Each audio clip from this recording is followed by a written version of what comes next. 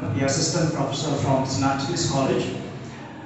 As a convener of the All India Safe Education Committee in Meghalaya chapter, I welcome you all, the member of the press, the esteemed personalities on the dais. In today's program, the All India Safe Education Committee will be releasing this draft People's Education Policy as an alternative to the NEP 2020. And as we know that the Union Government, which was in power in the year 2020, adopted a National Education Policy 2020 at a time of the COVID-19 pandemic, only through a cabinet decision, without placing it on the floor of the Parliament for meaningful discussion and debate.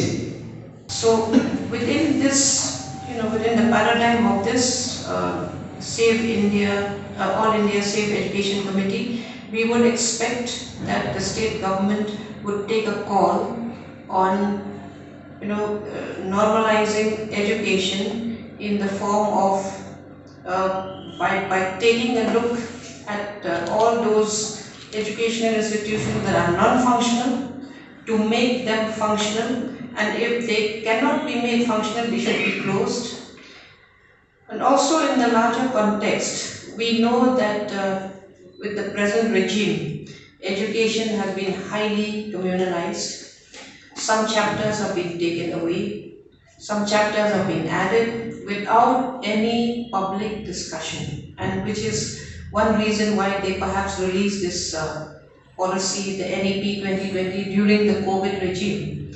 So any policy, any public policy that has not been debated and discussed cannot be passed the way this has been passed by the cabinet, not by the Lok Sabha. So we want to ensure that our children, for the future, they get an education where they are able to ask questions, where things will not be implanted on them, theories will not be pushed down, where they will have the liberty to question, and we actually want to create that kind of educational atmosphere where students will be allowed to question, because without questioning there can be no education. Communication will be just a one-sided thing.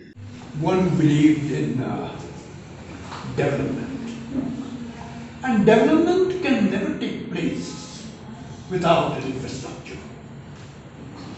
And when we look at education, it is a social structure. It is a social infrastructure. Now, for whom is this infrastructure built?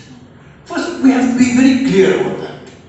Does it concern only students and teachers?